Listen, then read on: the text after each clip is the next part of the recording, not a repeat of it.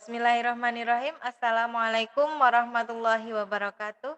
Bertemu lagi dengan saya Fiaunillah, MPC Psikolog, dalam session kelas yang ketiga. Dengan topik yang akan dibahas adalah tahap dan teori-teori dalam perkembangan psikologis.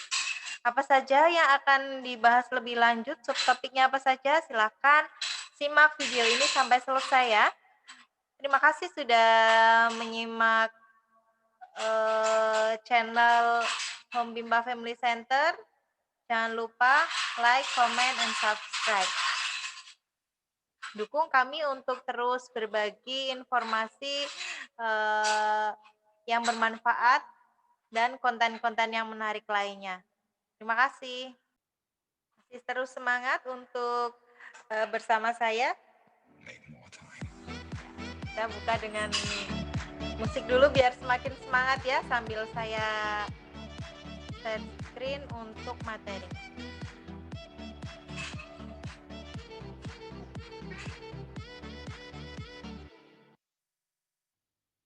Baik, ini dia. Kita akan bahas bersama tentang tahap dan teori perkembangan. Sebelum masuk ke materi lebih lanjut, saya akan mereview sesi materi sebelumnya, yaitu tentang pertumbuhan dan perkembangan. Teman-teman mahasiswa juga sudah mengumpulkan tugas ya, membuat tabel perbedaan antara pertumbuhan dan perkembangan. Nah, ini penjelasan lebih lanjutnya. Saya berpindah ke mana ini biar nggak mengganggu. Oke, sini aja. Nah, di sini saya menuliskan pertumbuhan berkaitan dengan pertambahan ukuran dan jumlah sel dan jaringan interseluler. Pertumbuhan juga berkaitan dengan bertambahnya ukuran fisik dan struktur tubuh, ukuran satuan panjang dan satuan berat. Tambah tinggi badan, tambah berat badan gitu ya. Pemantauannya dengan mengukur berat badan, tinggi atau panjang badan, serta lingkar kepala. Kaitannya kalau lingkar kepala dengan ini ya, pertumbuhan otak. Nah, sedangkan untuk perkembangan berkaitan dengan bertambahnya kemampuan struktur dan fungsi tubuh yang lebih kompleks, bersifat lebih pada kualitatif. Ya, kalau tadi pertumbuhan sifatnya kuantitatif, pertambahan sel dan multiplikasi sel, volumenya juga semakin bertambah tentunya ya. Nah, sedangkan perkembangan sifatnya lebih kualitatif.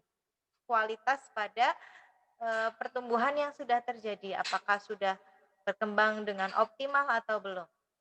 Nah, perkembangan berkaitan dengan keterampilan yang tadinya tidak bisa menjadi bisa dan semakin bisa atau mahir.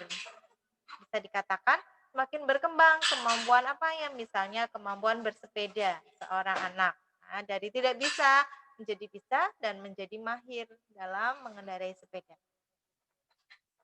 Kemudian area perkembangan berkaitan dengan motorik kasar, motorik halus, interaksi sosial, kemandirian, berbahasa, dan kognitif. Oke. Saya pindah lagi ke sini. Nah, di sini saya menampilkan tabel tumbuh kembang seorang anak, apakah sudah sesuai dengan tahapan usianya atau belum. Teman-teman semua bisa menyimak di sini ya. Menurut Maike bisa dilihat dari tabel pertumbuhan dan perkembangan anak usia 0 sampai 12 bulan berikut. Oke, umur 1 bulan. Seharusnya berat badan 3,0 sampai 4,3. Jika masih kurang dari itu, maka perlu di asesmen lebih lanjut. Ada apa? Apakah asinya kurang atau lain sebagainya? Ada kendala yang lain. Panjang badannya 49,8 sampai 54,6. Lingkar kepalanya 33 sampai 39. Gerakan kasarnya tangan dan kaki bergerak aktif gitu ya. Ini bayi baru lahir atau baby newborn. Geraknya masih belum kontrol ya, jadi bergerak aktif, gerak terus. Kemudian kepala menoleh ke samping, itu juga 2 bulan masih begitu ya gerakan halusnya. Komunikasi mulai bereaksi terhadap bunyi lonceng, menatap wajah ibu atau pengasuh lainnya.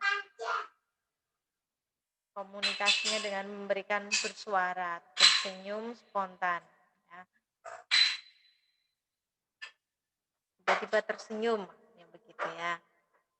Oke, nanti juga akan mulai berkembang senyum sosial di usia berikutnya. Nah, teman-teman nanti bisa simak di sini ya. Ini hanya review untuk materi yang lalu tentang pertumbuhan dan perkembangan. Ya. Bisa dibaca lebih lanjut nanti saat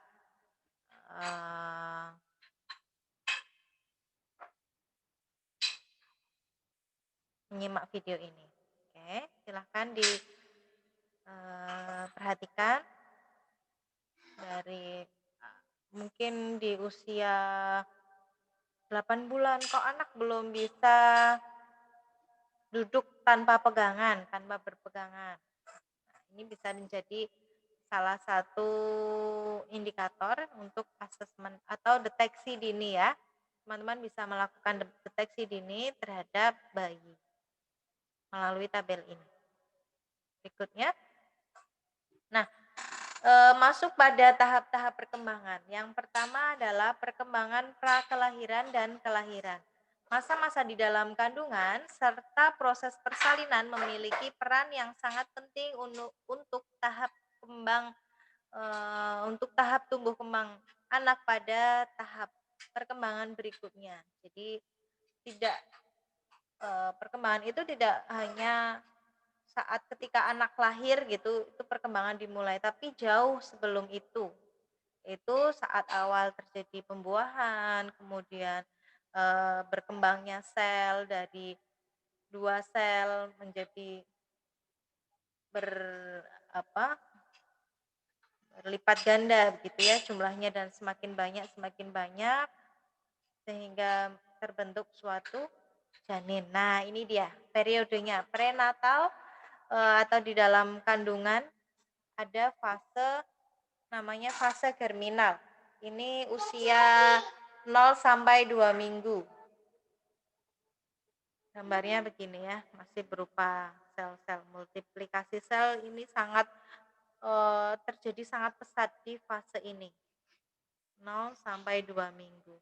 Kemudian disebut juga sebagai fase embrionik, itu di tahap kedua, yaitu di usia kehamilan 3 sampai 8 minggu. Berarti 2 bulan sampai kurang lebih 2 bulan ya. Jadi masih trimester pertama, fase embrionik. Nah, ini fase-fase yang masih sangat rentan, maka ibu yang baru saja hamil itu masih banyak terjadi penyesuaian di dalam tubuhnya.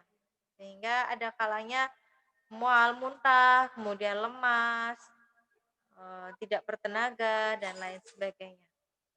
Kemudian yang ketiga adalah fase fetal. Ini mulai 9 minggu sampai kelahiran. Ya, ini sudah organ-organ tubuhnya sudah semakin lengkap, otaknya semakin berkembang gitu ya, tulang punggungnya semakin jelas. Ini sudah, kalau tulang punggung sudah mulai fase embrionik, ini sudah mulai terbentuk. Nah, di fase fetal ini jari-jari tangan, kaki, jari-jari tangan sudah semakin terbentuk dengan sempurna. Kemudian waktu kelahiran adalah kurang lebih 270 hari atau 40 minggu sejak hari pertama haid terakhir, atau istilah lainnya HPHT. Nah, ini para calon ibu harus tahu. Jadi bukan dari terlambat datang bulannya kapan, tapi menghitungnya dari hari pertama haid terakhir, karena itu merupakan fase dimulainya terbentuknya sel telur, ya.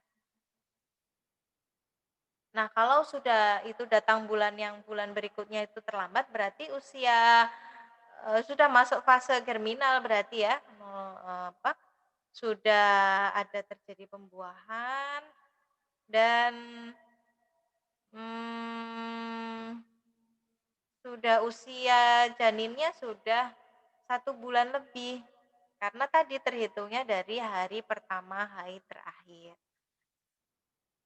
Oke, bayi yang lahir sebelum waktunya, yaitu kurang dari 37 minggu dan berat badan lahirnya kurang dari 2,5 kilo, bisa dikatakan bayi ini terlahir prematur. Bahasa lainnya belum matang lahir, belum siap lahir. Oke, ini dia, fase fetal seperti ini. Oke, bisa dilihat nanti ya. Nah, ini 9 minggu tadi fase fetal dimulai ya. Fase fetal dimulai di usia 9 minggu. Kemudian di usia 12 minggu organ jenis kelamin, sudah mulai terbentuk. 12 minggu itu berarti 3 bulan ya. Kemudian 16 minggu jari-jari tangan dan kaki mulai terbentuk. 20 minggu pendengarannya sudah mulai ada. Jadi meskipun di dalam kandungan janin sudah bisa mendengar. Maka ada penelitian-penelitian tentang memperdengarkan musik instrumental, musik-musik yang eh, bisa mengoptimalkan tumbuh kembang otak gitu ya. Nah, itu kalau dari ilmuwan barat. Nah, kalau kita sebagai ilmuwan Islam tentu memperdengarkan musik itu bagus, tapi lebih bagus lagi adalah kita memperdengarkan murotal. Atau malah justru lebih bagus lagi, orang tuanya yang membaca Al-Quran. Insya Allah itu sangat baik untuk perkembangan janin. Ya, dibacakan Al-Quran oleh ayahnya, oleh ibunya. Karena bayi sudah mulai mendengar. Kemudian kenapa kok seorang ibu hamil harus bicaranya baik-baik? Nah, kata orang tua, pamali, ora entuk wong wadok sik meteng masih hamil, perempuan yang masih hamil kok mengumpat-ngumpat. Nah, itu maksudnya adalah demikian. Karena janin yang ada di dalam kandungan itu sudah mulai bisa mendengar. Kalau perkataan yang disampaikan oleh ibu terutama ya, yang membawa janin kemana-mana itu kok perkataan yang buruk, maka bisa jadi dia akan mengembangkan pribadi yang memiliki tutur kata yang buruk juga. Loh, kok bisa Bu Vivi? Sangat bisa ya. Jadi janin sudah mulai mendengar, maka diperdengarkan dengan kata-kata yang baik, kata-kata yang lembut begitu. Mulai diajak bicara, misalnya adik sudah janin di dalam kandungan kok gerakannya sangat cepat. Kenapa ya? Biasanya tidak seperti ini. Pegang perut bentar, kemudian diajak bicara. Oke, Nak, saat ini Ibu merasakan getaran atau gerakan kamu gitu. Ibu sayang sama kamu, Nak. Terima kasih sudah hadir dalam kehidupan Ibu. Terima kasih sudah mau bekerja sama dengan baik. Barangkali karena ibunya stres, ibunya banyak pekerjaan, jadi janin ikut stres juga. Gitu ya. Kemudian di usia 24 minggu semakin besar gitu ya, janinnya semakin tumbuh. 24 minggu itu berarti 24 dibagi 4 bulan, berarti berapa ya? Kalau ini tadi 5 bulan, ini 6 bulan. Berikutnya, 28 minggu. Otak bertumbuh dengan cepat, dengan sangat cepat ya. Nah, di usia 32 minggu, tulang-tulang, terbentuk sempurna. Kenapa di fase-fase ini menjadi fase-fase yang krusial? Nutrisi ibu hamil harus terpenuhi, tercukupi dengan baik. Karena tadi, ini perkembangan, mohon maaf, pertumbuhan itu sangat cepat. Jika nutrisinya tidak baik, maka bisa jadi terjadi kecacatan.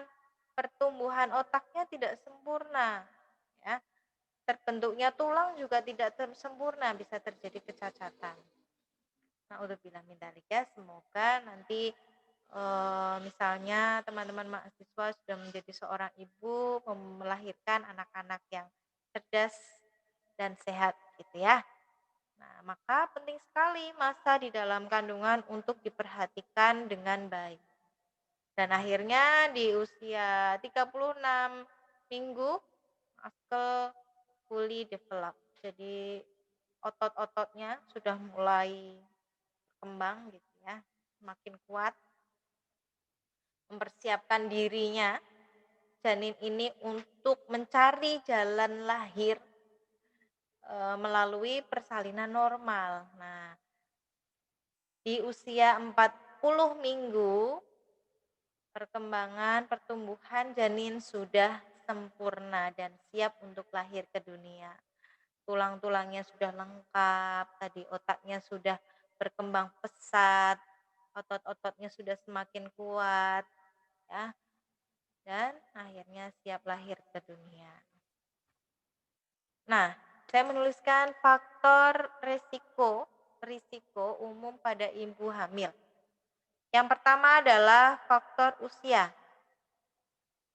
Usia berapa ibu pertama kali hamil? Usia pertama hamil 35 tahun baru hamil begitu. Nah, ini bisa menjadi kondisi yang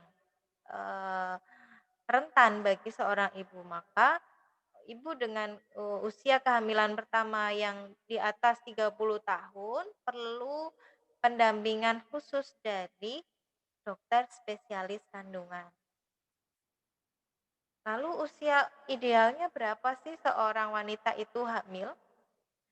Sudah matang, organ-organ reproduksinya sudah siap, rahimnya sudah semakin kuat, kondisi badannya fit, produktif begitu, itu di usia 25 sampai 30 tahun. Sebaiknya sebelum 30 tahun sudah hamil yang pertama ya, jika menghendaki anak lebih dari satu. Kalau sudah usia di atas 30 tahun, malah atau justru di atas 35 tahun itu kondisinya bisa rentan. Di bawah 20 tahun pun, jadi masih remaja begitu ya, atau malah justru di bawah 18 tahun masih kategori anak-anak, memang secara organ reproduksi sudah matang, sudah siap bereproduksi, tetapi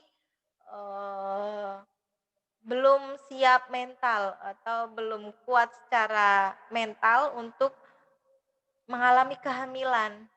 Nah, itu bisa menjadi faktor resiko juga bagi seorang ibu hamil yang masih di usia dini atau di usia muda. Berkaitan juga dengan makanan atau nutrisi ibu ya, tadi sudah sempat saya singgung bahwa di masa-masa tadi germinal, setelah masa germinal, masa apa tadi? Fase embrionik dan fase fetal, itu terjadi pertumbuhan sel yang luar biasa pesatnya ya. Terbentuk organ-organ di dalam tubuh janin, maka nutrisi harus terpenuhi, baik untuk janin itu sendiri maupun diri ibu. Tidak hanya janin tapi harus seimbang. Seorang ibu hamil yang mengalami amenia, anemia, maaf. Saya distract antara anemia dengan amnesia. Anemia atau kekurangan zat besi, kekurangan darah gitu, khususnya zat besinya, itu akan bisa mengakibatkan pertumbuhan janin yang tidak sehat. Bahkan bisa jadi tadi resiko untuk pertambahan berat badannya juga tidak maksimal gitu, bisa jadi lahir dalam kondisi prematur, lahir dalam berat badan rendah, BBLR, berat badan berat bayi lahir rendah, BBLR ya istilah lain. Kemudian selain makanan atau nutrisi ibu, oh ya, nutrisi atau makanan ibu, nutrisi yang selain dari makanan, seorang ibu hamil juga bisa mendapatkan multivitamin dari seorang dokter spesialis kebidanan atau dari bidan ya. Jadi nutrisi ini penting. Multivitamin itu penting karena seringkali makanan yang kita makan itu tidak mencukupi nutrisinya untuk ibu maupun untuk janin. Sehingga perlu ada tambahan atau suplementasi yang direkomendasikan oleh ahli yang ahli dalam bidang kebidanan. Berikutnya, faktor risiko lainnya adalah stres yang dialami oleh seorang ibu. Tadi ya, ibu yang tidak tenang, ibu yang sering menangis saat hamil, bisa jadi juga anak yang lahir dari kondisi ibu yang mengalami stres yang signifikan bisa melahirkan anak yang merasa kemarin kita sudah diskusi tentang insecure ya, tentang insecure. Bisa jadi anaknya jadi insecure, tidak nyaman dengan dirinya sendiri karena selama di dalam janin dia merasakan perasaan tidak nyaman, perasaan tidak aman pada diri ibu. Bisa jadi kehamilan yang tidak dikehendaki atau kehamilan yang naudzubillah min dzalik, kehamilan di luar nikah gitu. Jangan sampai ya mahasiswa UMPP begitu mengalami hal ini. Jadi karena akan bebannya sangat berat gitu ya. Berikutnya, ketidaksesuaian RH darah ibu dan janin itu bisa menjadi faktor risiko umum pada ibu hamil. RH kalau di Indonesia RH-nya plus ya, sebagian besar. Oke. Nah, ini kalau tadi faktor risiko khusus umum, sekarang saya akan membahas tentang faktor risiko khusus pada ibu hamil. Yang pertama adalah penyakit yang diderita ibu. Misalnya asma, penyakit lainnya bisa diabetes mellitus, penyakit lainnya bisa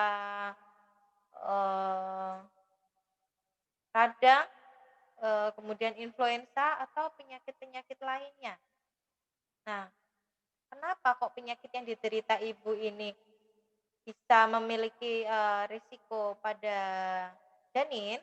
Karena kan kalau ibu sakit itu membutuhkan pengobatan ya, salah satunya pengobatan, kemudian juga membutuhkan bisa jadi makanan tidak terserap baik oleh tubuh karena kondisi yang tidak fit, makanan yang terbatas untuk konsumsi diri sendiri, jadi tidak boleh makan ini, tidak boleh makan itu, sehingga tentu hal ini sangat akan bisa berpengaruh pada janin. Kemudian penggunaan obat-obatan juga harus berhati-hati ya dalam masa kehamilan, tidak boleh konsumsi obat-obatan yang kita beli sendiri di warung, misalnya sakit kepala minum BO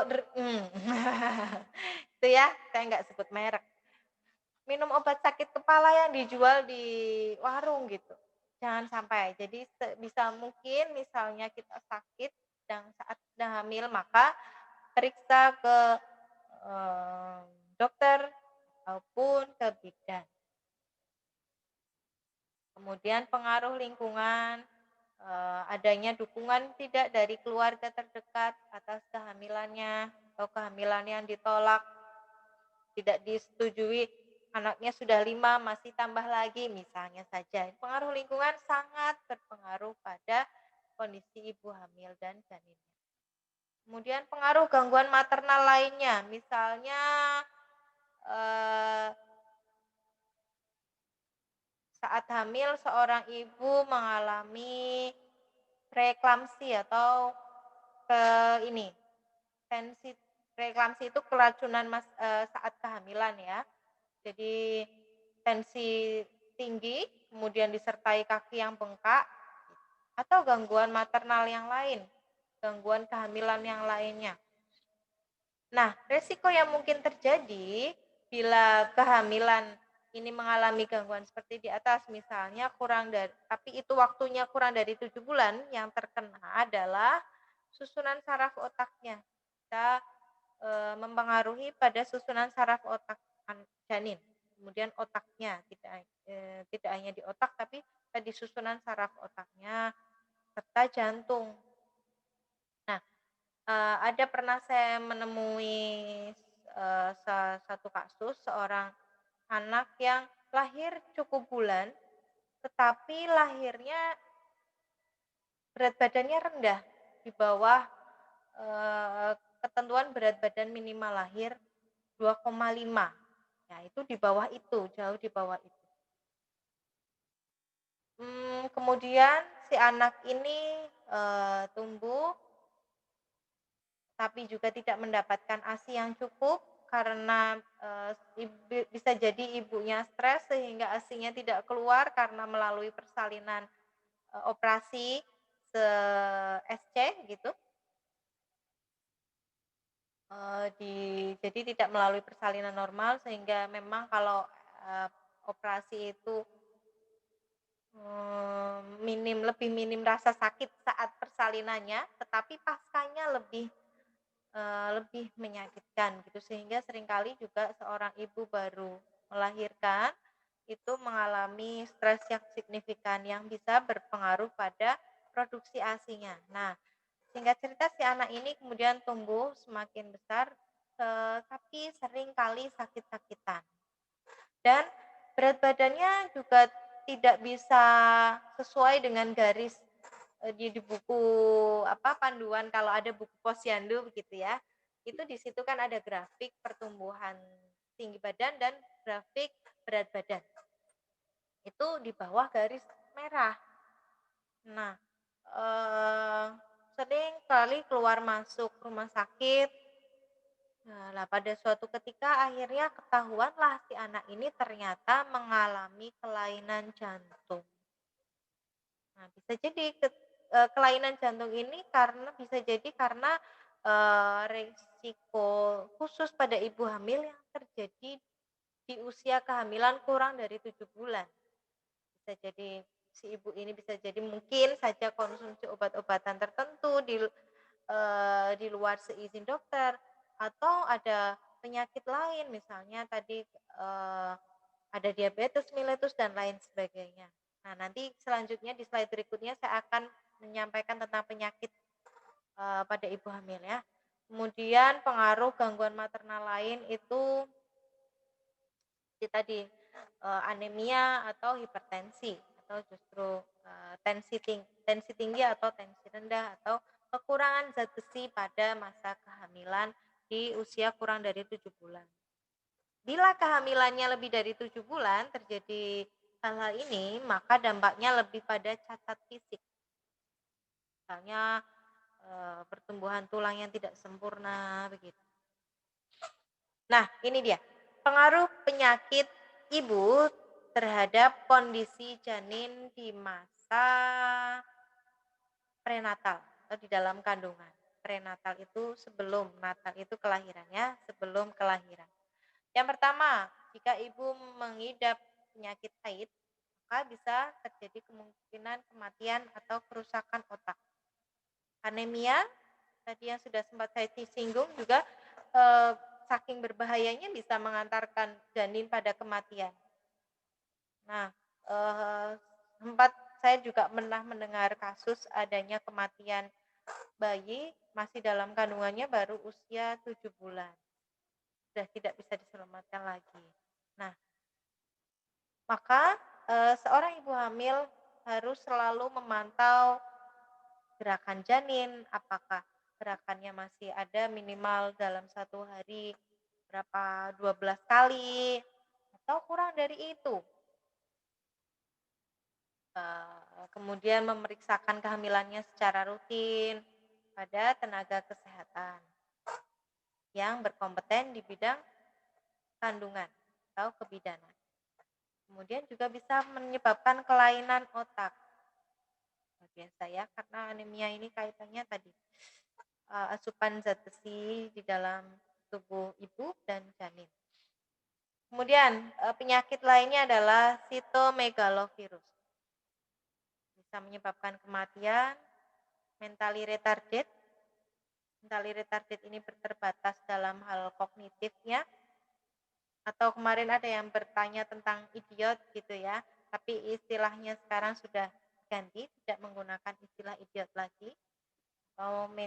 Sekarang lebih pada penggunaan istilah mentally defective atau tunagrahita.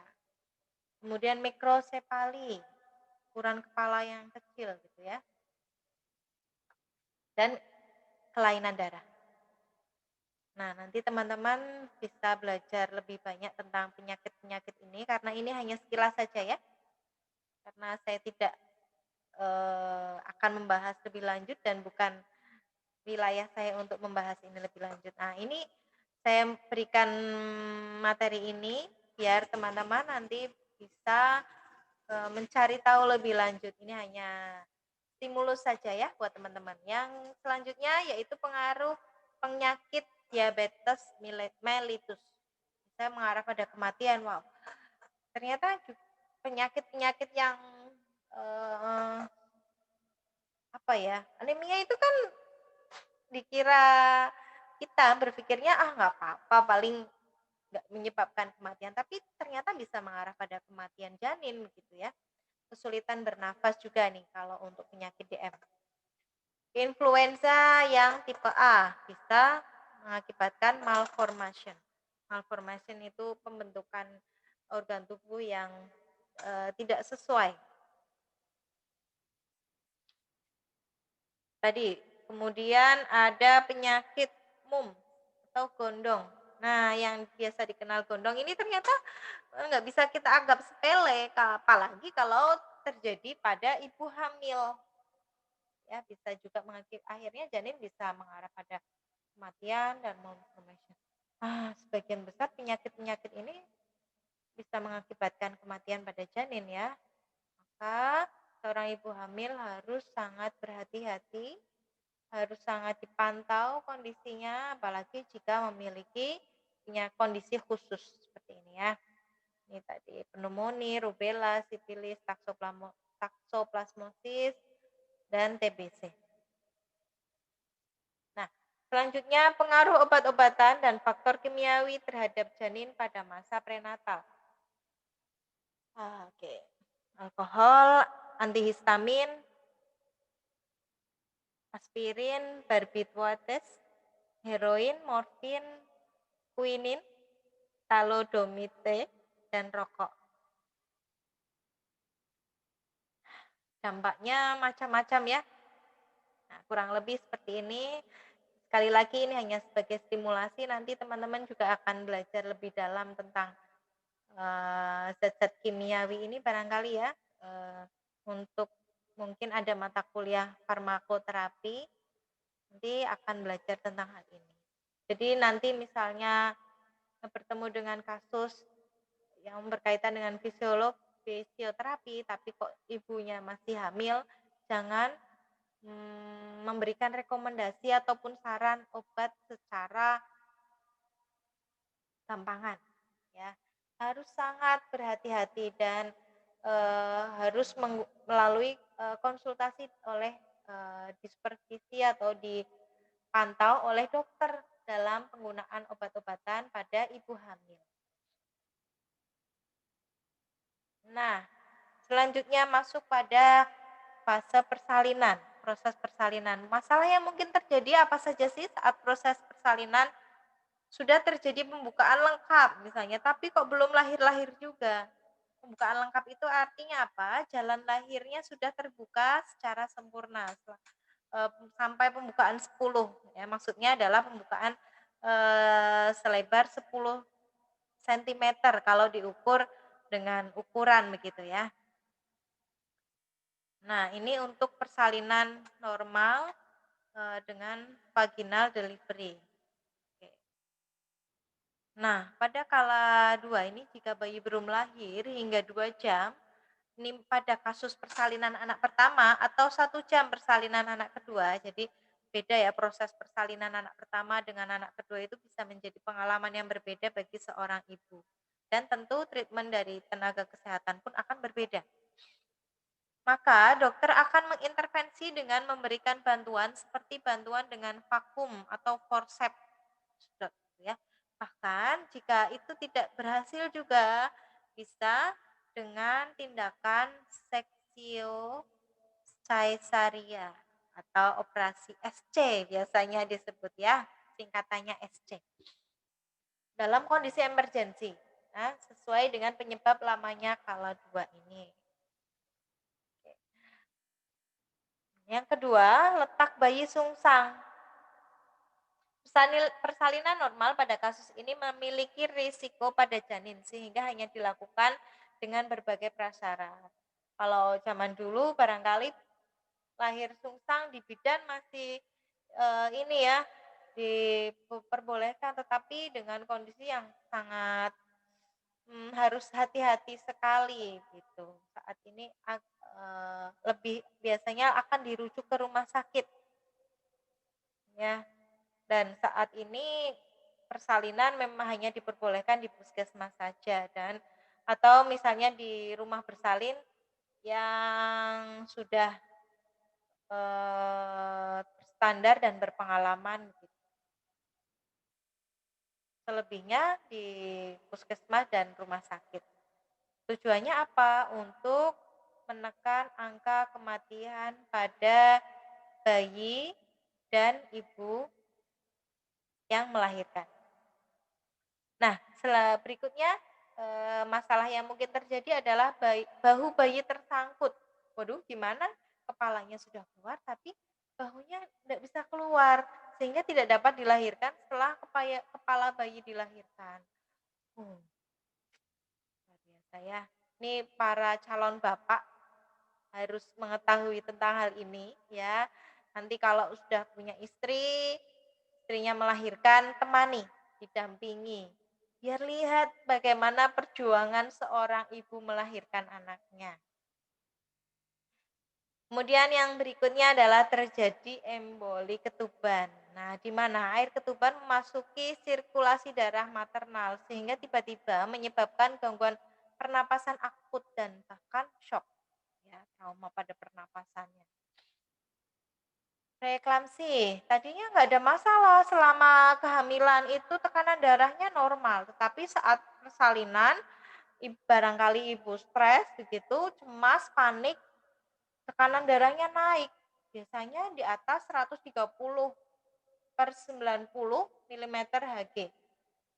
Nah, ini secara tiba-tiba. Nah, kalau ini preeklamsinya secara tiba-tiba, perlu tindakan segera ya dari seorang dokter.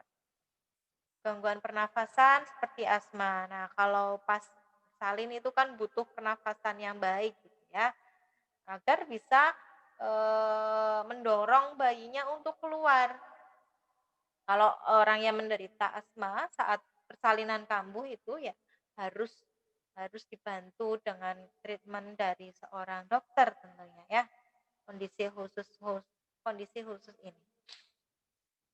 Nah, kemudian setelah melewati masa persalinan yang berat, masa persalinan yang luar biasa, perjuangan antara hidup dan mati seorang ibu, seorang wanita dalam melahirkan buah hatinya, lahirlah buah hati ini ke dunia. Lega sekali rasanya setelah si adik bayi lahir, kemudian inisiasi menyusui dini, ditempelkan ke dada ibu, melihatnya bergerak-gerak, yang tadinya belum bisa dipeluk, secara langsung, sekarang sudah bisa dipeluk, bisa dilihat, mulai dengar tangisannya. Nah, ini sudah mulai sakit yang tadinya dirasakan sangat saat proses persalinan, terutama persalinan normal saat pembukaan yang rasanya luar biasa, Allahu Akbar. Nah, terbayarkan sudah dengan bayi yang lahir dengan sehat. Harapannya begitu ya. Tapi kadang juga ada yang ada masalah tertentu dalam proses persalinan. Baik, berikutnya. Masuklah kita pada periode-periode perkembangan setelah seorang bayi itu lahir. Nah, menurut Santrok dalam bukunya Lifespan Development 2012 menyampaikan bahwa rentang periode perkembangan dipengaruhi oleh interaksi dari proses-proses biologis, kognitif, dan sosio-emosi. Jadi, seorang bayi itu tidak hanya berkembang dari sisi kognitifnya saja, bagaimana kemampuan menyerap informasi dan lain sebagainya, tapi ada proses-proses biologis yang menyertai, serta ada juga interaksi dari sosio-emosi. Maka saya menggambarkannya di sini adalah adanya irisan-irisan di dalam masing-masing proses ini. Nah, proses biologis ini terkait dengan kematangan tulang misalnya ya. Berapa sih usia tulangnya di saat ini? Misalnya saat ini usianya sudah 12 tahun, tetapi usia tulangnya masih setelah dilakukan pemeriksaan radiologi, usia tulangnya ternyata masih 8 tahun. Berarti kan ada kesenjangan antara usia kronologis usia saat ini, yaitu tadi 12 tahun ya, dengan usia tulang yang baru 8 tahun. Maka perlu ada treatment biologisnya juga agar usia tulangnya ataupun age-nya sesuai dengan usia kronologisnya. Itu juga proses kognitif ini. Nah, nanti kalau sudah usia anak-anak ada namanya mental age, yang ada namanya alat tes yang bisa mengukur mental age seorang anak. Jadi usianya sudah 12 tahun, tapi mental age-nya masih misalnya 8 tahun. Apa yang terjadi? Nah, itu tadi. Ini kaitannya dengan periode-periode perkembangan. Oke, di dalam bukunya Santrok membagi menjadi 1, 2, 3, 4, 5, 6, 7, 8. 8 periode perkembangan.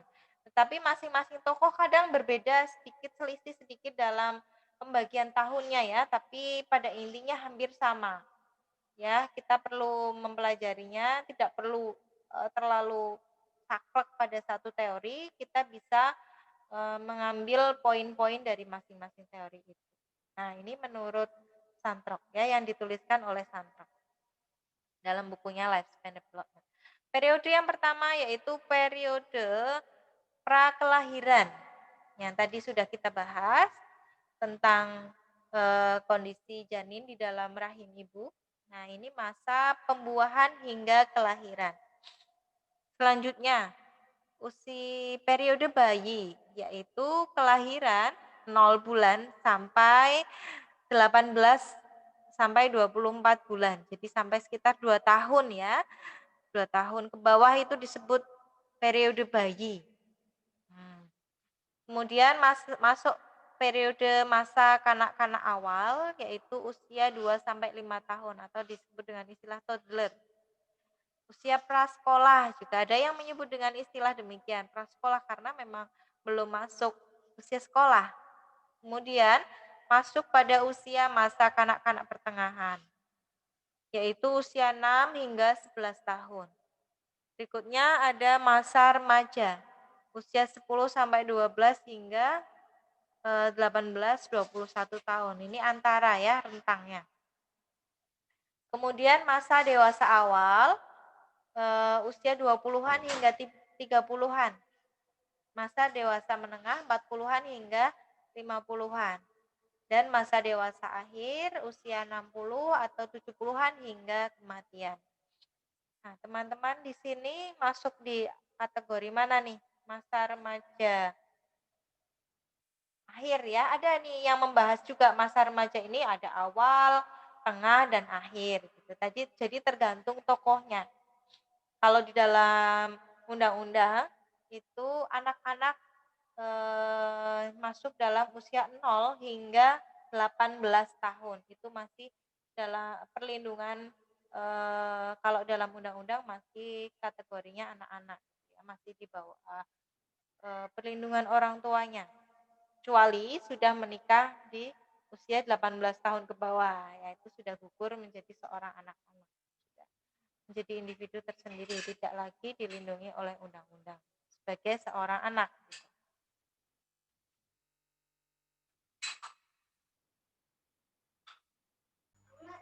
Baik, kita lanjutkan ke materi berikutnya yaitu teori-teori perkembangan. Saya barusan break dulu ya.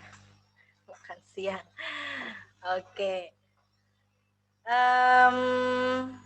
Apa saja di dalam teori-teori perkembangan ini? Saya akan di mana ini biar tetap kelihatan ya, sini ya. Ada banyak teori di dalam perkembangan, di antaranya ada teori psikoanalitis. Tokohnya ada 3 yang saya tuliskan di sini.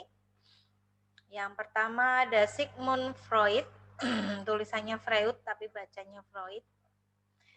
Menjelaskan tentang apa? Nanti ada di slide berikutnya karena ini psikoanalitis dari Freud ini yang akan salah satunya sedikit kita bahas. Saya sampaikan sedikit karena memang hanya sedikit saja yang perlu teman-teman ketahui. Karena bukan ini ya, tidak ada kewajiban untuk, maksud saya tidak ada kompetensi yang harus menguasai seluruh teori perkembangan. Karena teman-teman kuliahnya di jurusan fisioterapi bukan psikologi. Jadi cukup beberapa teori saja nanti yang dipahami sebagai bekal untuk memahami kondisi psikologis diri dan pasien. Nah, ada berikutnya teori psikoanalitis oleh Erik Erikson atau disebut dengan teori psikososial. Nah, ada juga Jane Baker Miller, teorinya self-in relation. Berikutnya ada teori kognitif, tokohnya ada Piaget, Vygotsky, dan ada teori pemrosesan informasi. Nanti yang saya akan bahas teori Piaget. Berikutnya ada teori belajar, tokohnya bukan Ivan Gunawan ya, tapi Ivan Pavlov. Teorinya tentang classical conditioning. Juga ada Watson, ada teori stimulus dan respon teori. Kemudian ada pengkondisian operan oleh Skinner dan teori kognitif sosial oleh Bandura atau social learning. Ya, ini salah satu tokoh psikologi ternama yang masih hidup sampai sekarang ya. Kemarin saya waktu baca literatur, nah ini lahir tahun 1925 tapi masih titik-titik di situnya belum ada kabar meninggalnya.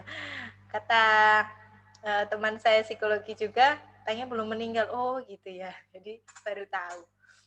Jadi ketika kita membaca lagi semakin bertambah ilmu pengetahuan. Jadi teman-teman harus suka membaca ya. Membaca menjadi jendela ilmu pengetahuan. Dengan membaca teman-teman akan bertambah wawasan. Berikutnya ada teori humanistik. Tokohnya antara lain ada Abraham Maslow, teori tentang self-actualization dan hierarchy of needs. Ada juga Carl Gustav Jung, Jung dibacanya Jung, tentang diri, teori yang disampaikan oleh Jung ini. Ada juga tokoh humanistik lain yang tidak saya sebutkan, karena banyak juga ya, nanti nggak cukup waktu kita untuk membahas semuanya. Kemudian ada teori etologi, tokohnya ada Konrad Lorenz dan John Bowlby. Ada teori ekologi dari Uri Bronfenbrenner tahun 1917 sampai tahun 2005. Dan juga ada teori orientasi teoretis eklektik. Eklektik itu maksudnya memilih segi-segi yang dianggap paling baik dari masing-masing teori. Jadi nggak hanya lihat dari psikoanalitis saja yang membahas tentang ketidaksadaran, masa lalu gitu. Tapi melihat suatu permasalahan dalam pertumbuhan dan dalam perkembangan psikologis itu lebih menyeluruh gitu ya, baik dari sisi bagaimana lingkungan memperlakukan seseorang ini, bagaimana pemrosesan kognitifnya, bagaimana aktualisasi dirinya dan lain sebagainya. Jadi melihat dari sisi-sisi baik dari masing-masing teori, karena setiap teori memiliki sisi positif dan negatif, ada kelebihan dan kelemahan masing-masing. Nanti silakan teman-teman baca lebih lanjut ya di literatur yang terkait. Di salah satunya dari buku Santrok tentang lifespan development. Itu juga ada tokoh-tokoh teori-teori perkembangan yang dibahas di sana. Buka buku perkembangan dari Harlock juga bisa. Atau buku perkembangan psikologis yang lainnya. Kemudian saya akan membahas yang pertama tentang psikoanalisis yang disampaikan oleh siapa tadi? Freud. Iya. Dia menyampaikan bahwa proses perkembangan terutama berlangsung secara tidak disadari atau unconscious, di luar kesadaran, dan sangat diwarnai oleh emosi. Perilaku hanyalah merupakan karakteristik permukaan. Jadi kalau kita lihat gunung es gitu ya, ada fenomena gunung es namanya, itu yang terlihat hanya sedikit ya, di atas permukaan lautnya hanya yang terlihat puncak gunungnya saja kecil gitu. Tapi di bawahnya ada yang area atau bagian yang lebih luas lagi. Tahu film Titanic nggak?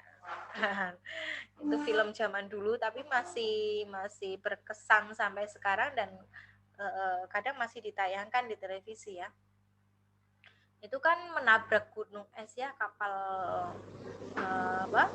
kapal yang ditumpangi itu, kapal pesiar barangkali, kapal untuk berwisata gitu ya, itu menabrak gunung es. Nggak kelihatan gitu, kelihatannya masih jauh, ternyata sudah menabrak bagian di bawahnya. Nah, seperti halnya manusia, menurut teori psikoanalisis ini yang terlihat perilaku-perilaku kita yang kita tampakkan itu hanya memperlihatkan permukaan saja. Jauh di bawah perilaku yang dapat dilihat itu ada ketidaksadaran yang terbentuk sehingga membentuk perilaku yang kita munculkan ini. Nah, tahapan menurut Freud, tahapan perkembangan menurut Freud disebut juga tahapan psikoseksual. Apabila kebutuhan untuk memperoleh kepuasan kurang terpenuhi di dalam masing-masing tahapannya atau justru berlebihan, maka diprediksi menurut Freud ini seorang individu akan mengalami fiksasi. Fiksasi itu apa? Terkunci atau berhenti di tahap perkembangan tersebut. Tidak mundur, tidak maju. Nah, kalau menurut Freud itu begini. Misalnya nih, dalam fase atau tahap oral, di usia yang masuk dalam tahap ini adalah lahir, bayi baru lahir, hingga usia 1,5 tahun. Kesenangan anak dipusatkan di daerah mulut. Nah, kalau ini fiksasi ini, kalau saat fase oral ini tidak terpenuhi atau justru kelebihan, apa dampaknya? Di sini ada. Ini ada contoh-contohnya, nanti kita akan bahas berikutnya ya. Oke, baik lagi. Berikutnya fase anal berlangsung di usia sekitar 1,5 tahun hingga usia 3 tahun kurang lebih. Nah, ini di fase anal atau istilah lainnya adalah itu apa ya? Dalam hal ini kesenangan anak dipusatkan di daerah anus. Jadi pusat kesenangan anak itu ada di daerah anus. Sehingga di usia ini merupakan usia yang ideal untuk melatih toilet training atau melatih kemampuan anak untuk buang air besar dan buang air kecil di kamar mandi. Tapi lagi-lagi tadi ya, setiap teori memiliki kelebihan dan kelemahannya masing-masing. Jadi perlu juga mempertimbangkan kesiapan anak dalam memberikan latihan toilet training. Nanti silakan buat yang ingin lebih tahu lebih lanjut bisa kita bahas saat diskusi tanya jawab ya. Saya lanjut ke fase berikutnya, yaitu fase falik. Di usia 3-6 tahun, kesenangan anak dipusatkan di daerah genitalnya atau kelaminnya. Oke, kadangkala anak laki-laki di usia ini suka memegang organ kemaluannya. Nah, itu perlu ini ya, kalau orang di dekat ada orang dewasa di sekitarnya, maka tangan anak bisa dipegang, maksudnya biar tidak memegang-megang alat kelaminnya, karena bisa terjadi stimulasi terhadap dirinya sendiri gitu. Kemudian fase laten, ini di usia 6 tahun sampai pubertas. Di usia ini, anak menekan hasrat seksual, kemudian mengembangkan keterampilan sosial dan intelektualnya. Ini menurut siapa tadi? Freud. Oke. Memang pembahasannya terkait dengan perkembangan psikoseksual, sehingga tadi teorinya disebut sebagai tahapan psikoseksual. Tahapan perkembangan psikoseksual. Kemudian di fase berikutnya ada fase genital. Nah, di ini usia pubertas dan seterusnya ya. Tadi setelah di usia laten itu seorang anak menekan hasrat seksualnya, mengembangkan keterampilan sosial dan intelektual, di usia ini hasrat seksualnya kembali bangkit. Sumber kepuasan seksual adalah seseorang di luar keluarga, maka suka berteman gitu, menjalin interaksi dengan teman sebaya, dengan lawan jenis gitu. Ini menurut teori siapa? Freud. Nah, ini dia contoh dari psychological fixation.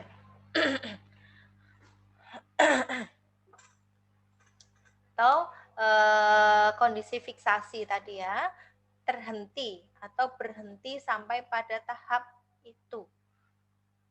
Nah, jika nih kan ada namanya oral fixation, nih oral fixation, kemudian anal fixation, ada phallic fixation. Berarti kalau oral fixation terjadinya gangguan tadi saat masa fase oral di usia berapa tadi?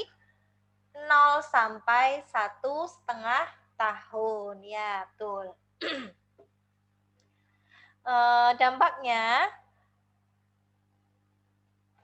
bisa kalau pada laki-laki bisa juga pada perempuan itu merokok. Menurut teori psikoanalisa yang disampaikan oleh Freud berkaitan dengan tadi tahapan psikoseksual, itu menjadi bentuk perilaku fiksasi karena fase analnya tidak terpenuhi dengan baik atau justru berlebihan. Merokok, kemudian suka makan permen karet dan gigit-gigit kuku. Ayo, siapa yang suka seperti ini? Yang mas-mas ini pada suka ngerokok nggak nih? Kalau suka merokok, sudah punya kebiasaan merokok sejak lama, mulai sekarang dikurangi atau bahkan dihentikan. Karena tadi di pas pembahasan kita di fase kehamilan gitu ya, rokok itu memiliki dampak yang berbahaya bagi janin. Nah, nanti teman-teman kalau misalnya sudah menikah, sudah istri Anda sudah mengandung, kemudian punya anak, itu jangan sampai merokok di sekitar istri dan anak Anda, karena itu bisa sangat berbahaya. Perokok pasif memiliki resiko yang lebih tinggi daripada perokok aktif. Bagi saya sih dari dulu memang ya punya prinsip kalau cowok yang ngerokok itu nggak ganteng sama sekali. Barangkali nanti teman-teman yang mahasiswi bisa mempertimbangkan ini. Buat saya, seganteng apapun laki-laki kalau ngerokok itu nggak ganteng, wes. Jadi luntur kegantengannya.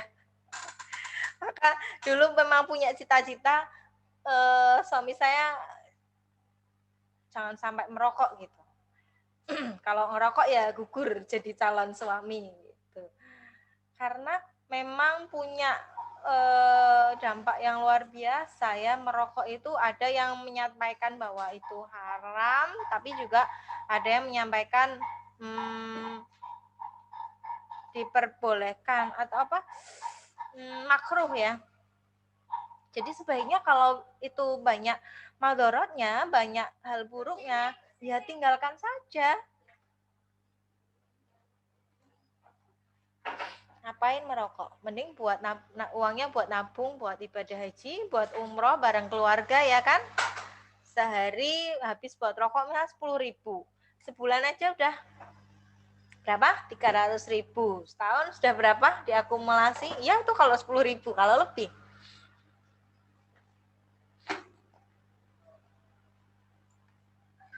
Saya suka paling bawel nih kalau ada yang ngerokok di sekitar saya. Kadang dulu waktu sebelum pandemi kadang kan makan di luar gitu. Misal sama suami sama anak, terus ya tolong ditegur gitu. Ya ditegur sama suami saya. Tolong jangan merokok.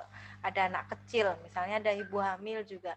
Karena memang anak kecil, ibu hamil itu sangat rentan dengan dampak buruk asap rokok. Berikutnya, jika mengalami hambatan atau gangguan saat fase anal tadi usia berapa? 1,5 tahun sampai 3 tahun. Ciri khasnya kepuasan atau kesenangan anak terletak pada apa? Pada anusnya.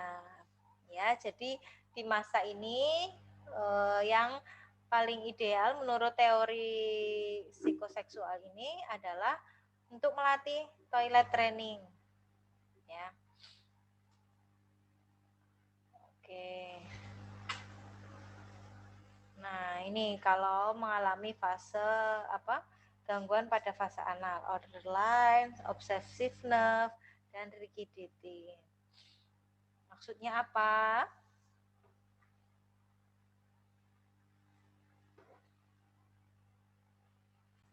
Ya, borderline dalam hal ini nih ya, teratur, orangnya terlalu rapi begitu. Kalau fase analnya bisa jadi misalnya toilet trainingnya berlebihan gitu, terlalu saklek, terlalu kaku. Nah, ini kaku nih orangnya, rigidity itu kaku, nggak fleksibel, susah menerima perubahan yang sifatnya mendadak. Obsessiveness itu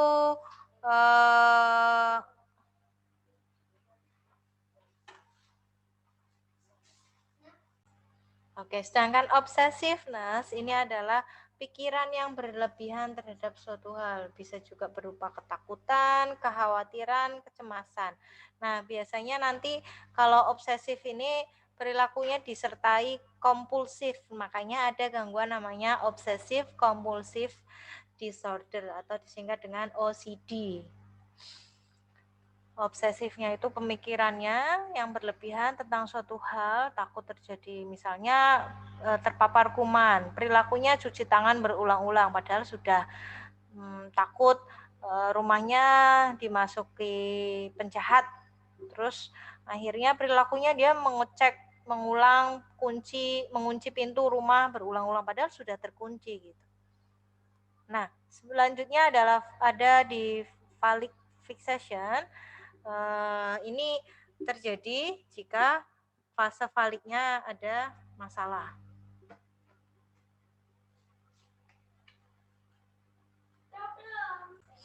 Nah, ini vanity ya, gambarnya orang yang lagi bercermin, suka memuja diri sendiri, kayak gitu bisa.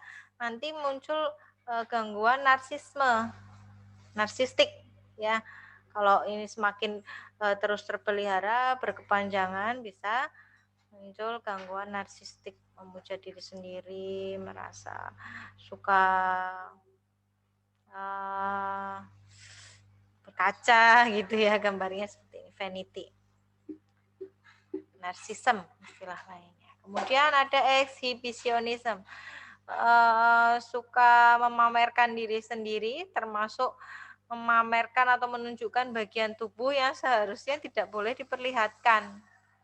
Berpakaian seksi itu bisa jadi bagian dari gangguan eksibisionis, menampilkan belahan payudara itu juga bisa jadi termasuk mengarah pada gangguan itu kalau perempuan ya. Kalau pada laki-laki barangkali teman-teman mahasiswi pernah menjumpai hati-hati di jalan gitu ya. Ada seorang bapak-bapak misalnya naik sepeda motor atau sepeda ontel, tiba-tiba memperlihatkan kemaluannya. Nah, reaksinya apa biasanya? Teriak ya, cewek-cewek ya, takut. Nah, dari situ seorang eksibisionis itu merasa puas gitu.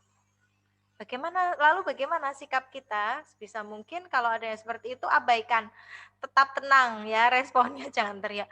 Walah, tapi susah sekali pasti ya, apalagi reaksinya pasti kaget. Nah, luar biasa. Saya dulu pernah mengalami hal itu waktu menjadi mahasiswa di UMS waktu ambil studi S1 psikologi. Jadi waktu pulang kuliah gitu di jalan yang waktu itu masih banyak sawah ya. Ada melewati sawah gitu waktu pulang lah di situ pakai sepeda orangnya. Saya juga waktu itu masih pakai sepeda ontel gitu, suka bersepeda di kampus. Jadi waktu itu sempat waktu S1 dapat beasiswa sepeda, dapat hadiah sepeda dari Polygon. Nah, sebut merek akhirnya.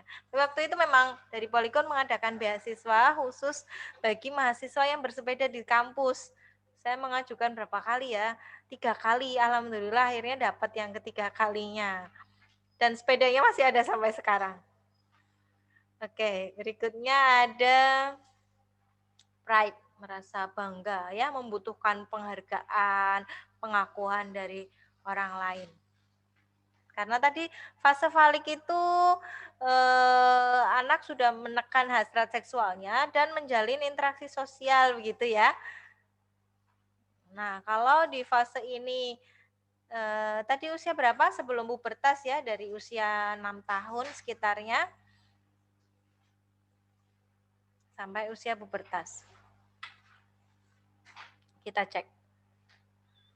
Iya. Oh, ternyata maaf. 3 tahun sampai 6 tahun. Masih seputar genital ya. Saya skip dengan fase laten. Ya, yang tadi contohnya phallic fixation. Nah, di sini fase falik. Nah, kalau di sini mengalami gangguan, kurang terpenuhi atau justru berlebihan, bisa jadi terjadi ini. Itu menurut teori psikoanalitis yang disampaikan oleh Freud. Lalu, berikutnya ada Erik Erikson tadi teori tentang apa? Tokoh dari teori apa kalau Erik Erikson itu? Kita lihat biar ingat ya. Teori masih psikoanalitis. Ya. Teorinya disebut juga dengan psikososial. Jadi di sini saya menampilkan tahapan perkembangan psikososial yang disampaikan oleh Erikson. Stage 1 atau tahap 1. Yang dikembangkan adalah trust dan versus mistrust. Trust itu kepercayaan, rasa percaya, dan ketidakpercayaan, mistrust. Apa yang terjadi dalam fase ini, dalam tahap ini? Seorang bayi akan mengembangkan kepercayaan dasarnya ya, kepercayaan dasarnya terhadap lingkungan di sekitarnya jika kebutuhan-kebutuhan dasarnya terpenuhi. Kebutuhan dasar seorang bayi apa? Kebutuhan minum ASI ya, kalau belum 6 bulan belum MPASI, masih ASI atau susu formula. Kebutuhan untuk dipeluk, disayang, diperhatikan, digendong, itu kebutuhan dasar bagi seorang bayi. Jadi tidak selalu kalau ada bayi yang nangis terus lapar udah disuapin aja, padahal usianya masih 2 bulan. Bisa jadi dia hanya butuh dipeluk, ditenangkan oleh orang di sekitarnya. Karena tadi dia masih butuh untuk mengembangkan ini, sense of basic trust. Jadi kepercayaan yang mendasar. Jiwa ya, jiwa yang apa, sense of basic trust itu kayak seperti apa ya, mengembangkan kepercayaannya yang dasar tahap awal gitu kepada lingkungan sekitarnya. Nah, kalau harapannya misalnya dia terpenuhi dengan baik di stage ini, di tahap ini, dia menjadi anak yang secure gitu. Bukan insecure lagi. Laki-laki insecure ya. Semakin kesini semakin paham penggunaan istilah insecure dan secure ya. Lawannya insecure ada secure. Jadi jangan sampai teman-teman seringkali menggunakan kata insecure tapi tidak paham artinya. Insecure itu merasa tidak aman gitu. Karena basic trust-nya tidak berkembang dengan baik. Waktu bayi dia ditolak oleh ibunya, tidak digendong, kurang kasih sayang, kurang dibelai, padahal touching gitu ya, sentuhan bagi bayi baru lahir itu sangat dibutuhkan. Yang tadinya di dalam kandungan merasa begitu hangat, nyaman, aman, nggak kerasa dingin, nggak kerasa bising, nggak kerasa dingin, apalagi ya misalnya di dalam kan kalau sudah lahir diletakkan di kasur nggak terasa keras, empuk kan kalau di dalam, pokoknya nyaman sekali lah di dalam kandungan itu. Nah, bayi baru lahir itu perlu adaptasi yang banyak terhadap cuaca, terhadap suhu di sekitarnya, kemudian terhadap suara-suara orang-orang di sekitarnya. Dia bisa jadi takut gitu. Jadi dia butuh rasa aman, dia butuh rasa nyaman dari orang terdekatnya. Berikutnya, ada tahap autonomi versus shame or doubt. Jadi mulai muncul apa ya, keinginan untuk melakukan sesuatu tanpa bantuan. Jadi pengen mandiri aja, makan sendiri. Kalau orang tua lihat, ya pasti berantakan, nanti nggak habis makanannya malah kebuang.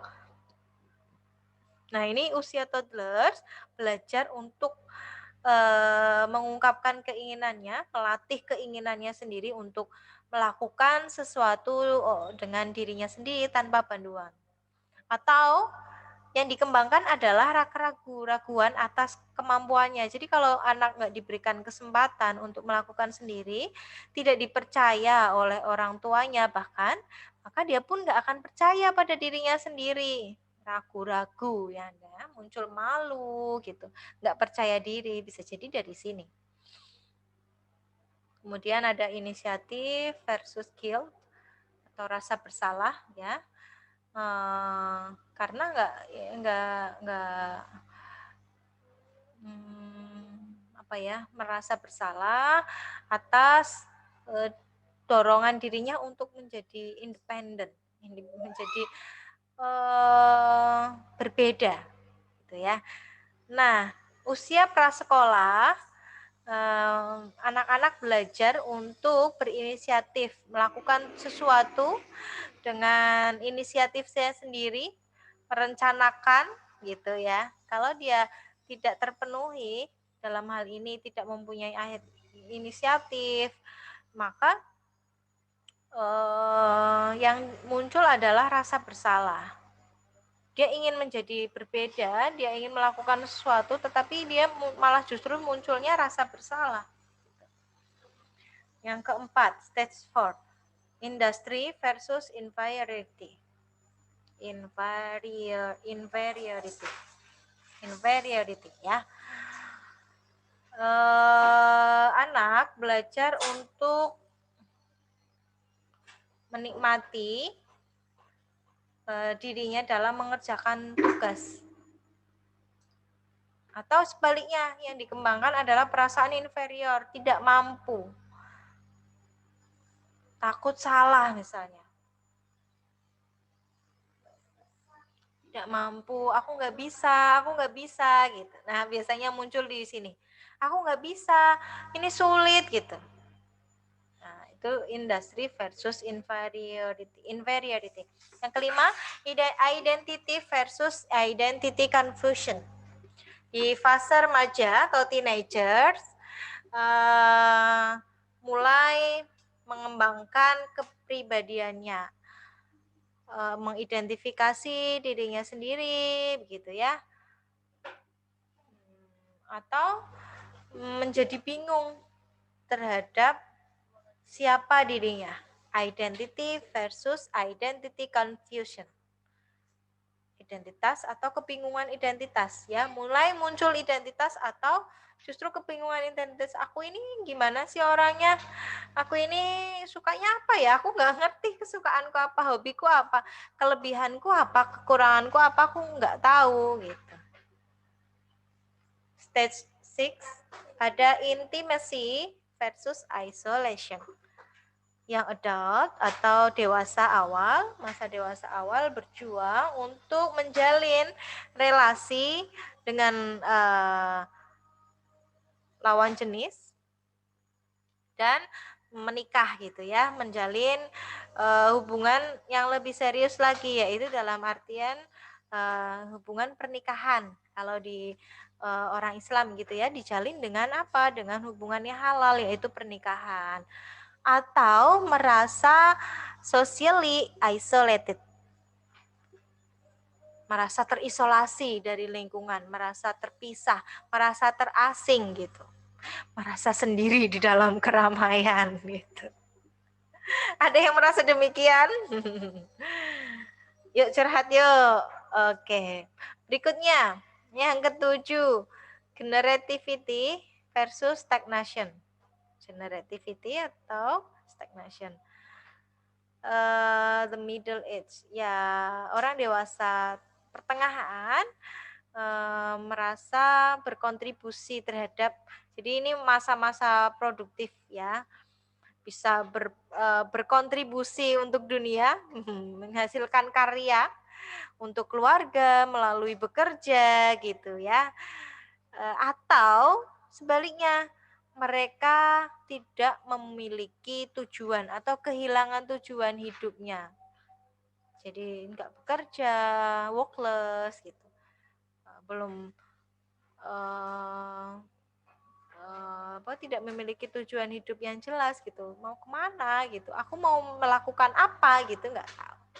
Stuck aja di fase itu aja. stagnation gitu ya, stuck, berhenti, nggak jalan, nggak gerak, gagal move on ya. Kemarin kita sempat diskusi tentang move on gitu. Sudah pada move on semua kan ya sekarang ya? Udah belajar psikologi harus bisa lebih bisa mudah move on, lebih bisa bergerak menjadi lebih baik. Ya, move on kan intinya itu, bergerak menjadi lebih baik lagi. Yang ke-8, stage 8, integrity versus despair. Nah, ini what happens at this stage, yaitu ketika seseorang merefleksi dirinya sendiri bahwa dirinya memiliki kepuasan sendiri atau kegagalan. Despair, keputusasaan, kegagalan, tidak berharga, merasa putus asa gitu. Atau sudah integrity itu sudah mencapai wisdom. Ya, kebebasan. Financial wisdom, ada dan lain sebagainya. Jadi merasa puas di masa tuanya karena sudah memiliki hasil berkontribusi banyak hal saat fase sebelumnya. Nah, berikutnya teori Piaget. Piaget itu tadi bahas tentang apa? Teori kognitif, perkembangan kognitif. Nah, menurut Piaget, anak-anak secara aktif membangun pemahaman mereka mengenai dunia melalui 4 tahap perkembangan kognitif yang melibatkan 2 proses yaitu organisasi dan adaptasi. Sebagai contoh, kita berusaha memisahkan gagasan-gagasan yang penting dan kurang penting, ya, memilah informasi penting dan tidak penting maksudnya. Oh ya, informasi ini penting buat saya, maka saya harus memperhatikan informasi itu. Oh, informasi yang lainnya tidak penting bagi saya, kurang penting, maka saya bisa mengabaikannya begitu saja. Nah, ini kaitannya dengan perkembangan kognitif.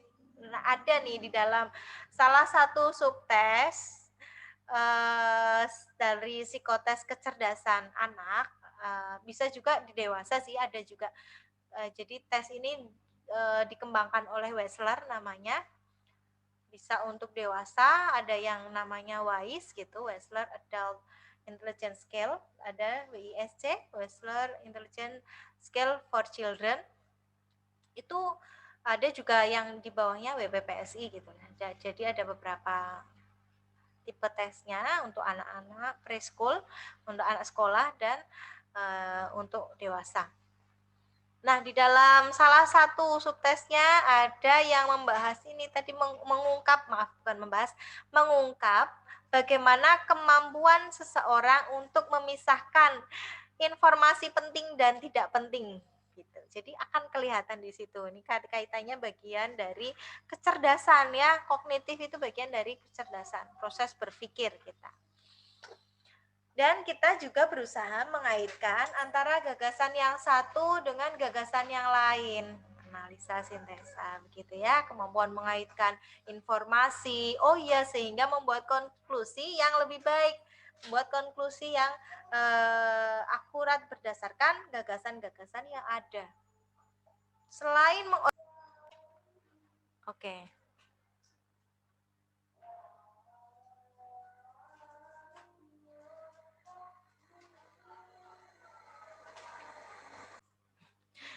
Mohon maaf, barusan terputus. Kita sambung lagi ya. Sebagai contoh tadi sudah ya, kita berusaha memisahkan gagasan yang penting atau informasi yang penting dengan yang tidak penting. Kemudian selain mengorganisasikan berbagai pengamatan dan pengalaman kita, juga beradaptasi ya. Tadi ada melibatkan 2 proses, yaitu organisasi dan adaptasi. Organisasi tadi memisahkan gagasan penting yang tidak penting, mengorganisasikan dalam hal mengaitkan satu informasi dengan informasi lainnya, sehingga kita bisa mengambil konklusi atas suatu permasalahan, misalnya mengambil tindakan untuk problem solving dan lain sebagainya. kaitannya juga dengan pemikiran analisa sintesa begitu ya. Itu kaitannya dengan organisasi, proses organisasi. Nah, selanjutnya juga ada proses adaptasi, yaitu menyesuaikan diri terhadap tuntutan baru dari lingkungan. Seorang yang mampu beradaptasi dengan baik, melakukan perilaku yang sesuai dengan tuntutan yang ada di lingkungan, maka bisa.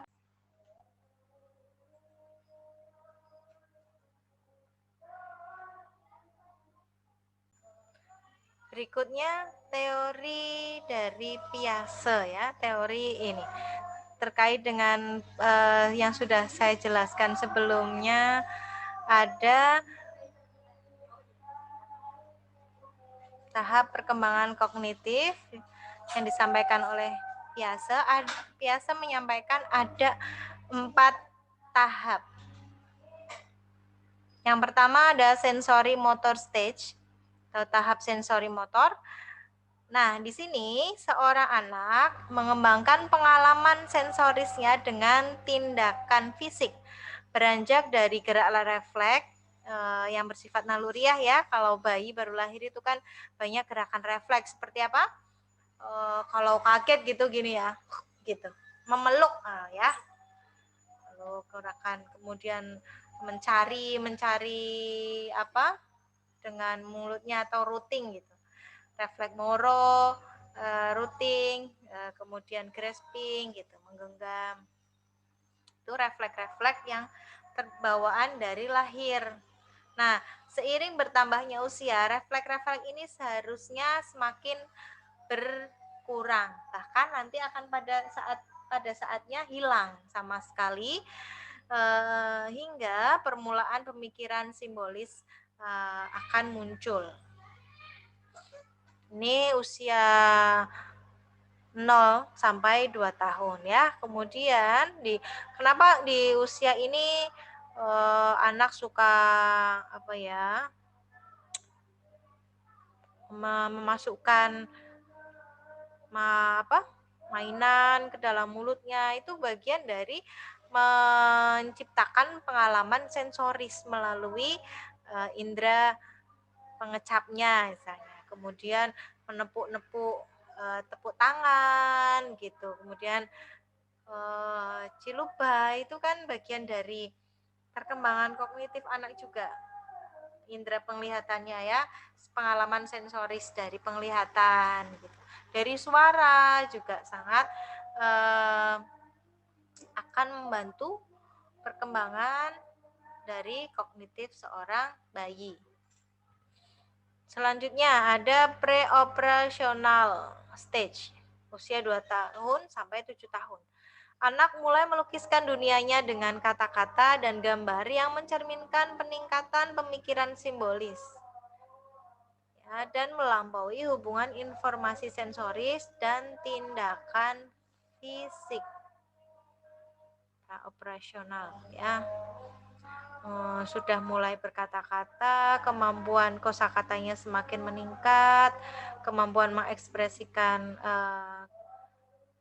pendapatnya, idenya gitu. Sudah mulai bisa menggambarkan sesuatu gitu. Itu pre-operational stage. Kemudian ada konkret operational stage di usia 7 sampai 11 tahun. Anak mampu bernalar secara logis mengenai peristiwa konkret dan mengklasifikasikan objek-objek ke dalam bentuk yang berbeda. Nah, ini gambarnya di sini. Gambarnya seorang anak memegang gelas. Yang satu gelasnya pendek, yang satu lebih tinggi gitu. Klasifikasikan objek ke dalam bentuk-bentuk yang berbeda. Sama-sama isinya air ya gini. Kalau di usia 2 sampai 7 tahun ini dia mengartikan oh iya, air gitu. Sudah bisa. Itu namanya air dengan simbol ya, pemikiran bisa melihat bahwa misalnya oh itu gambar burung, itu gambar kuda gitu. Nah, kemudian tahap berikutnya yang lebih tinggi lagi ada operational stage, operasional formal ya. Anak bernalar secara lebih abstrak, idealis, dan logis. Ini sampai usia 12 tahun sampai seterusnya. Nggak harus dengan benda yang nyata belajarnya, tapi juga bisa berpikirkan abstrak. Misalnya membayangkan bahwa sebuah kursi itu memiliki kaki 4, memiliki sandaran berwarna coklat kehitaman misalnya. Itu sudah bisa membayangkan seperti itu. Sedangkan anak dengan usia tadi yang 7 sampai 11 tahun pada tahap operasional konkret itu harus melihat konkret, secara konkret ya, peristiwa yang konkret gitu, praktek langsung. Misalnya berhitung, mengenal konsep hitungan gitu ya. Kalau di usia awal-awal gitu ya, jenjang usia sekolah, usia kelas 1 gitu, di jenjang kelas 1, guru akan membantu anak belajar konsep hitungan dengan lidi ya, tahu dulu berhitung dengan lidi. Nah, itu bagian dari konkret operasional stage atau operasional konkret. Sampai di sini ada yang mau disampaikan, ditanyakan, didiskusikan, silahkan ditulis di kolom komentar. Nanti akan kita bahas bersama saat pertemuan di kuliah WhatsApp ya. Seperti pertemuan sebelumnya. Baik, selanjutnya.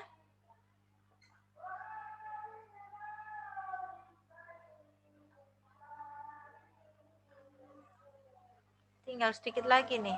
Kok nggak mau gerak nih? Oke. Nah, ini ada teori sekilas saja, sekilas tentang teori kognitif sosial atau social learning theory dari Albert Bandura. Albert Bandura menjelaskan ada 3 hal yang mempengaruhi perkembangan perilaku manusia. Perkembangan psikologis manusia atau individu. Yang pertama ada dari individu atau person itu sendiri ya, secara kompetensi internalnya, kemampuan kognitif, emosional, dan fisikalnya bagaimana. Kemampuan berpikir, kemampuan mengelola emosi, dan kondisi fisiknya. Ini dari sisi individu atau person, seseorang. Kemudian dipengaruhi juga oleh lingkungan. Ada lingkungan eksternal ya. Kalau lingkungan itu bagian dari eksternal. Kalau person tadi bagian dari internal. Ya, aspek internal. Kalau environment tentu dari luar diri individu itu, maka disebut sebagai faktor eksternal. Spesies, bagaimana ruang geraknya gitu ya. Bagaimana hukum yang berlaku di dalam lingkungan itu gitu dan lain sebagainya yang ada di dalam lingkungan seseorang.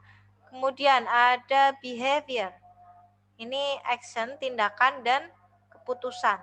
Perilaku yang behavior ya, perilaku yang dilakukan oleh seseorang. Nah, ini saling tanda panahnya triadik ya, resiprokal atau saling memengaruhi. Enggak dari sini ke sana saja tanda panahnya, tapi bolak-balik. Paham ya?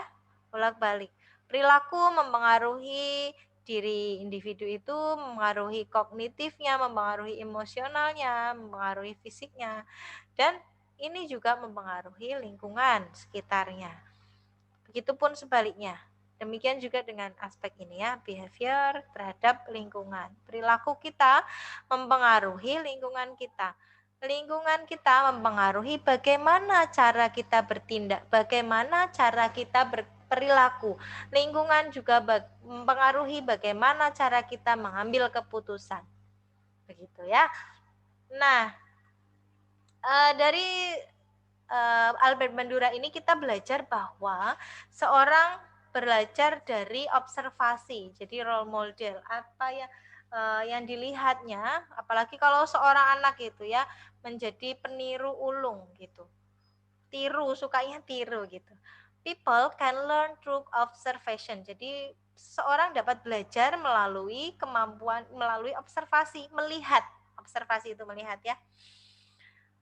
Nah, yang kedua, mental states are important to learning. Dalam proses belajar, kondisi mental seseorang itu sangat penting. Maka kalau teman-teman lagi belajar, diusahakan kondisi mentalnya sedang baik ya, biar informasi yang terserap itu bisa maksimal.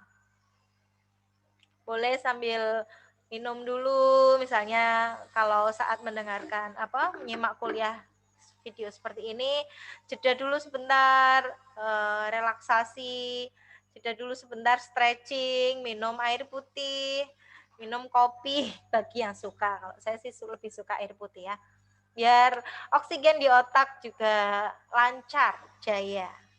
Berikutnya yang ketiga ada konsep yang disampaikan oleh Albert Bandura bahwa pembelajaran tidak selalu mengarahkan pada perubahan perilaku. Jadi tidak secara otomatis kalau udah belajar perilakunya akan baik gitu. Maka juga akan karena ini tadi 3 hal ini sangat saling berkaitan satu sama lain. Bisa jadi misalnya seorang mahasiswa nih di kampus sudah diajarin untuk mengambil keputusan dengan baik.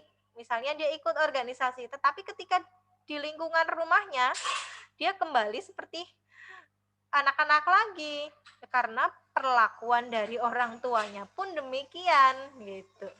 Jadi learning does not necessarily lead to behavior change. Gitu ya. Paham sampai di sini? Silakan kalau ada yang belum paham ditanyakan. Sebentar lagi nih yang terakhir kali ya. Oke.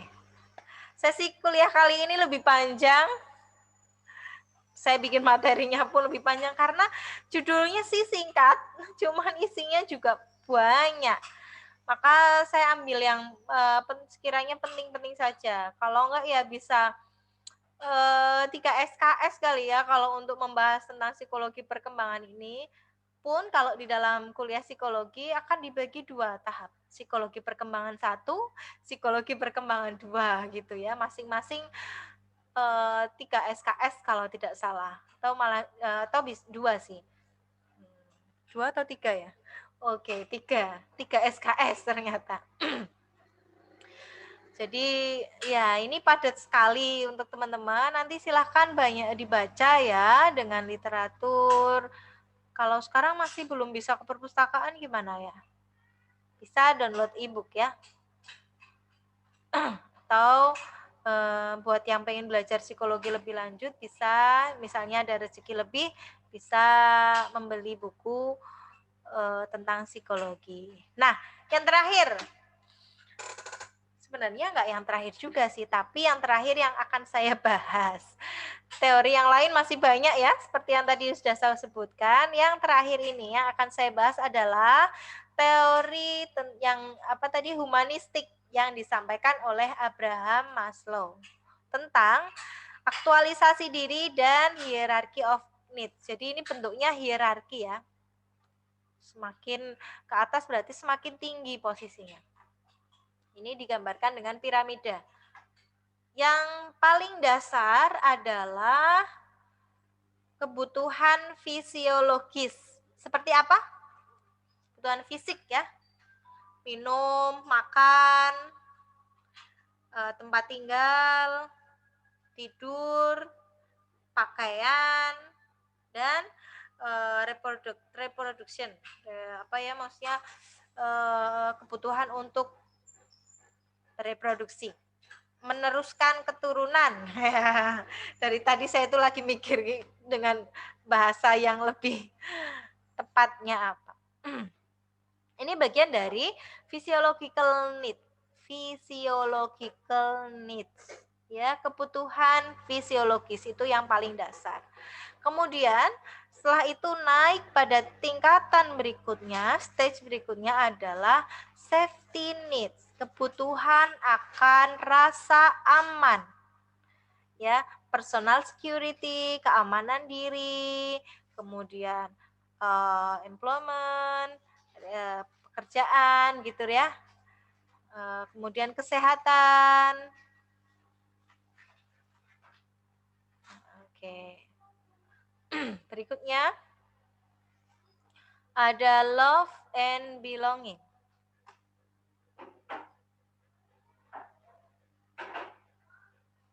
Oke.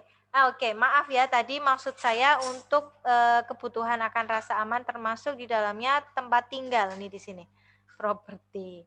Kalau fisiologis itu kaitannya dengan kebutuhan fisik pribadi, individu ya, air, makan, minum, tidur, berpakaian gitu.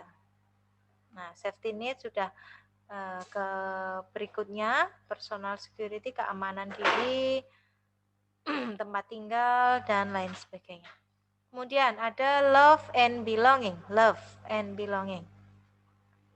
Di sini ada jalinan pertemanan, hubungan dengan lawan jenis gitu ya, hubungan yang dekat dengan teman sebaya, family dengan keluarga, hubungan yang baik dengan keluarga, merasa dicintai, merasa mencintai dan dicintai, merasa memiliki gitu ya.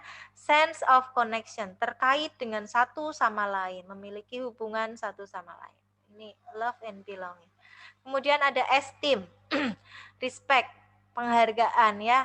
Ada self esteem, harga diri, status sosial ekonomi, kemudian ada kekuatan, kebebasan di sini. Ya, penghargaan diri. Kemudian ada self actualization. Yang paling tinggi adalah aktualisasi diri. Desire to become the most that one can be. Kalian akan menjadi seperti apa? Akan beraktualisasi diri seperti apa nanti? Silakan tentukan. Mulai dari sekarang Anda akan menjadi seperti apa nanti. Terima kasih untuk semangatnya sampai akhir. Oke, kuliah yang lebih panjang daripada kuliah-kuliah sebelumnya ya. Jika ada hal yang belum jelas atau ada hal yang ingin Anda sampaikan, masukan, kritik, dan saran sangat kami harapkan untuk kemajuan kita bersama dalam proses belajar bersama ini. Silahkan tuliskan masukan Anda, kritik, dan saran di kolom komentar, serta boleh ajukan pertanyaan. Sekali lagi terima kasih, kurang lebihnya mohon maaf. Billahi fisabilil haq, fastabikul khairat. Terus berlomba-lomba dalam kebaikan. Wassalamualaikum warahmatullahi wabarakatuh.